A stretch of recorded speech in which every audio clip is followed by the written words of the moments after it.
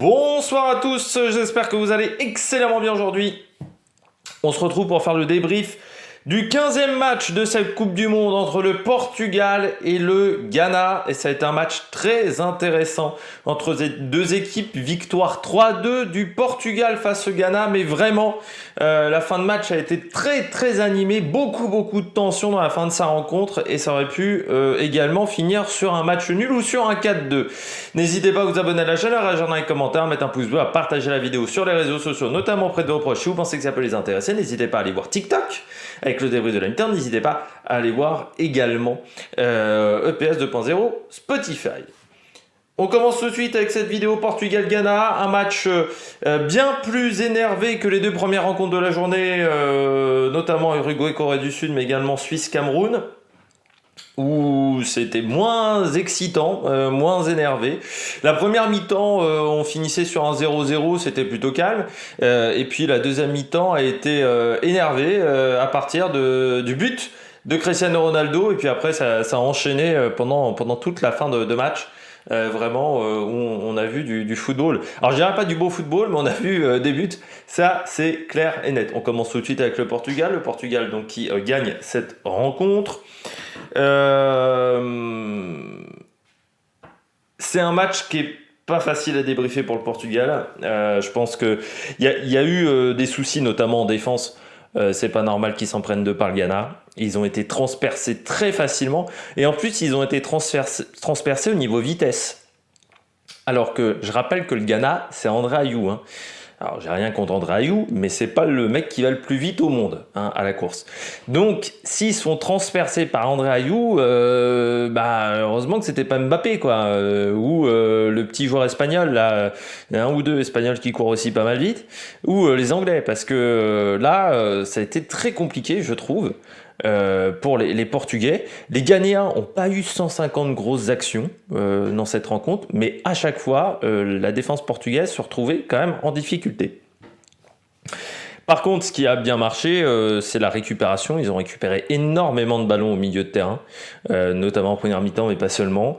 Dès qu'ils ont des espaces, ça produit vraiment du beau football. Enfin, dès que le Ghana en fait a décidé de jouer haut, ils en collent deux très rapidement parce que le Ghana n'arrive pas à bloquer les espaces.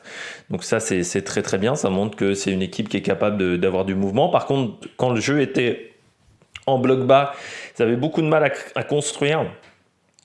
Les transmissions de balles étaient extrêmement lentes. Alors il y avait bien Cristiano Ronaldo qui tentait des choses, il y avait bien également João Félix qui tentait, ou Bernardo Silva ou Otavio aussi, mais les transmissions étaient quand même très lentes, je trouve, à ce moment-là du match. Et puis ce qui est inquiétant, c'est la défense quand même qui a pris un peu l'eau, Ruben Dias, Danilo. Ils n'ont pas réalisé une belle rencontre. Vous savez, des fois je commente un petit peu devant la télé. Je suis un peu comme ça, moi. Et je me disais, quand ils mènent 3-1, le Portugal me dit, allez, c'est un match un petit peu comme l'équipe de France, c'est-à-dire que c'est rassurant, Cristiano Ronaldo est performant, il est en forme, en plus il marque, donc ça débloque un petit peu la situation. Tu vois, João Félix fait une belle partie.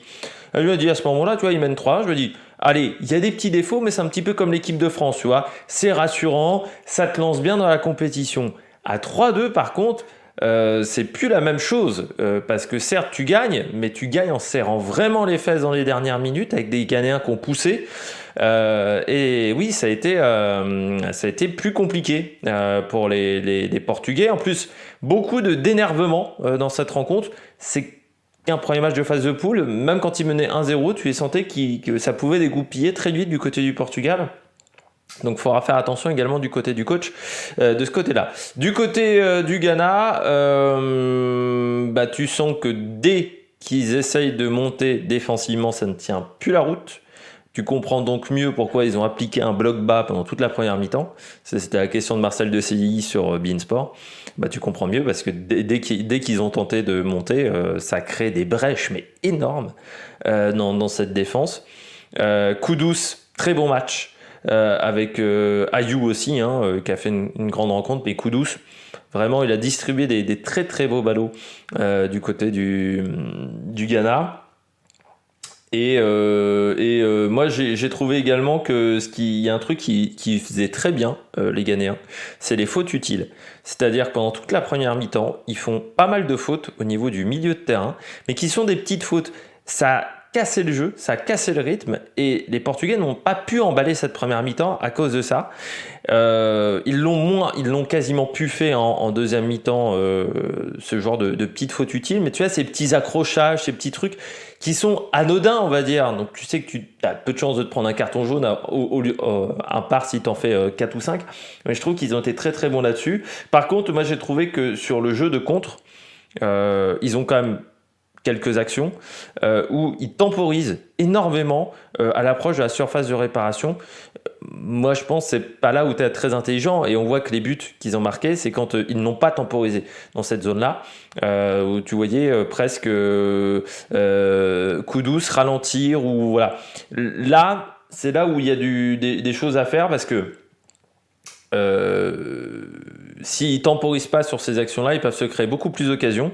Et quand tu vois qu'en si peu d'occasions, ils en marquent 2, il y avait peut-être la possibilité d'en marquer un troisième, mais pour ça, il aurait fallu arrêter de temporiser sur les comptes. C'est vrai que la finition quand même dans ce match du côté du Ghana a quand même pas été mauvaise, parce qu'il n'y a pas eu 150 occasions du côté du Ghana, 150 grosses occasions, mais il y a quand même 2 buts au bout. Donc moi, je trouve que c'est quand même pas mal.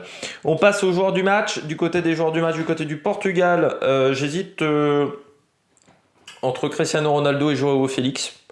Joao Félix a fait une très grosse rencontre, mais du côté de Cristiano Ronaldo, il y avait beaucoup de questionnements, et je dirais que souvent quand même Cristiano Ronaldo, c'est quand il est critiqué qu'il est le meilleur.